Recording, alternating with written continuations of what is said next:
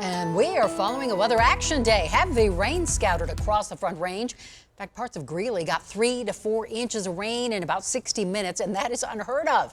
At one point, every firefighter was out helping people with the rain. City leaders are asking people to avoid downtown until the water clears. And the thunderstorms have tanked what could have been Denver International Airport's busiest day of the year. Nearly 700 flights were delayed, more than 150 canceled, and countless travelers right now are finding themselves looking for something to do inside the airport. Many of you send us pictures of a so-called wall of rain. Well, look at this. This is what's heading toward the Front Range. These photos are from Brian. He sent a man in overalls into the standing water. There he is, so all of us could see just how deep it is. That is crazy. All right, good evening, everybody. Thanks for joining us on Denver 7 News at 5. I'm Ann Trujillo. I'm Shannon Ogden. We're glad you're with us. Some flash flood watches and warnings have been coming and going all afternoon, and Denver7 is bringing you team coverage to stay ahead of the severe weather. We will check in with Stacey Donaldson in our weather center shortly. First, we want to get to Denver7's Addie Guajardo, who is in Greeley tonight with all that water. Addie?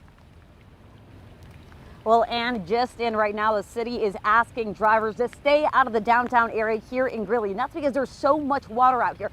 Take a look behind me. The road is blocked off. People have been walking through this rain just to get to the post office. And I want you to kind of turn around. We're going to have Tommy show you how much rain is all out here. You see crews are out hard working, making sure they're clearing out those drains for these streets to deflood. But there is a lot of water. Between an hour, there was 3 to 4 inches of rain that fell out here, and it's still raining right now. I want you to take a look down this street right here. We're right off 11th Avenue. I want to give me a second while Tommy catches up a little bit. But there is crews down here clearing out the drains. Take a look at how many cars are already somewhat flooded on the bottom from how much rain is out here. I stepped over on the side of this curb, and Shannon, I want to show you how much rain we have right here. Tom, if you could just show them in this area. The further I walk out here, I've actually had water come into my boots. These boots are probably a good 1.5 feet in height, and we saw fans going into the building behind us. We don't know if there's any actual flooding back there right now, but definitely a lot of rain out here in Greeley, and we'll continue to bring you the latest. Officials are saying this rain is between 8th Street and 11th Street and east of 14th Avenue. Again, if you're in this downtown area, you're going to want to try a different route to get home. You don't want to drive through this water. As officials have always said, turn around, don't drown. I'm going to send it back to you guys in the studio. Good advice there. And we continue with our weather action day in through the rest of this evening. We have a flash flood watch stretching all the way from Fort Collins into Denver, down through southern Colorado until midnight tonight. So this is going to be an extended period of very heavy rainfall moving on through. We have quite a few flash flood warnings as well in effect, and that means flooding is occurring right now. One of the newest is just off to the northwest of Denver, mostly through Arvada, and this flash flood warning in effect until 6 p.m. So you can really see here throughout Denver Metro how the rain has really intensified in the last hour or so. Greeley, where Addie just was, is still coming down very heavily through this area.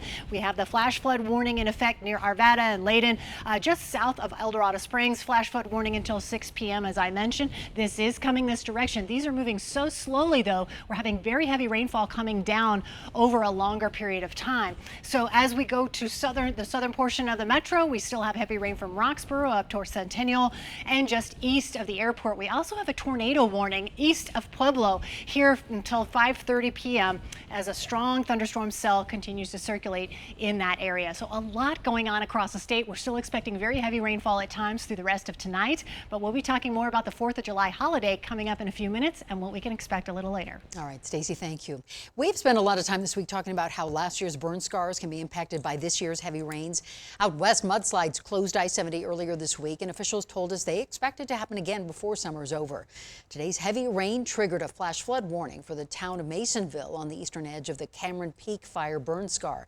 And we asked an expert why flooding risk is so much higher in burned areas. The main concern is the loss of a forest cover that would otherwise protect the ground surface from very intensive precipitation during summer thunderstorms. When we have thunderstorms, there's a high chance that we're going to have severe erosion. Now, we have put together an in-depth look at the unique threats facing places burned by wildfires with perspective from people who specialize in nature's response to disaster. That is available right now on Denver7 Plus for your streaming device. It is the biggest Supreme Court ruling on voting rights since 2013. Supreme Court justices ruled today that 2 restrictive Arizona election laws do not violate the 1965 Voting Rights Act. And the ruling comes as Colorado passes new laws expanding voting access. Here's Denver7 political reporter Megan Lopez.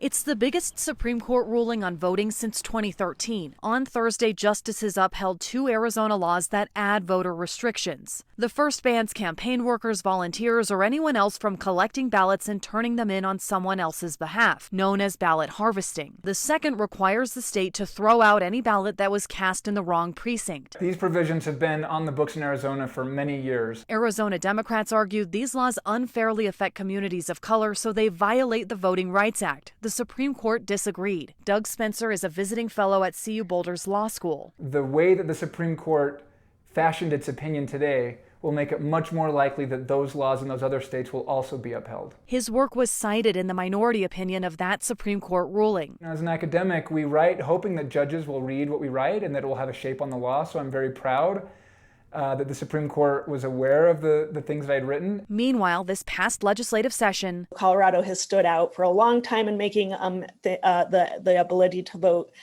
better. Colorado lawmakers passed new laws making voting easier. One expands multilingual ballot access in the state. Because sometimes even those of us who are fluent in English have trouble understanding it. We're going to be making it easier for them to understand what they're voting on. Another adds tweaks to ballot boxes, signature verification, and access. We are really on the cutting edge. States always reach out to us asking us best practices. Secretary of State Jenna Griswold says this latest Supreme Court ruling is troubling, but Colorado is committed to making elections accessible. And as Secretary of State, I will always have us going forward, not backwards. Megan Lopez, Denver7. Well, the House passed a $715 billion infrastructure bill today. The vote was almost entirely along party lines. 2 Republicans joined Democrats in favor. Now, the bill is a result of President Biden's deal with a group of Republican and Democratic senators last week. They agreed on numbers, but they didn't hammer out the fine details. House Democrats say today's bill is a starting point in those negotiations. Old Town Arvada is restarting its Thursday night Bites program tonight, 11 days after an officer was ambushed there. Business owners called today a day for giving back and community togetherness. Many businesses are hosting fundraisers or offering specials, and a large portion of the profits will go to victims' families. We've felt the presence and safety from the police, and for those years they've been here in a matter of seconds, and we really felt that from them. And I think the whole community, the staff, we really want to give back and show them how much we feel for them at this moment. The party started at 5 o'clock, so it's just getting going. There will be live music and other events happening all night long, and you can also buy a pass for samples at several Old Town restaurants. We're expecting very heavy rainfall across the Front Range as we head through the rest of tonight. Weather Action Day in effect, flash flood watch in effect as well for Metro Denver. We'll talk about how much we expect coming up. Plus, a bombshell indictment against the Trump Organization. We'll introduce you to an artist who's exploring Colorado through her sketch pad and sharing her vision with the world. It's not only just an art thing, but it helps me get more integrated in the city.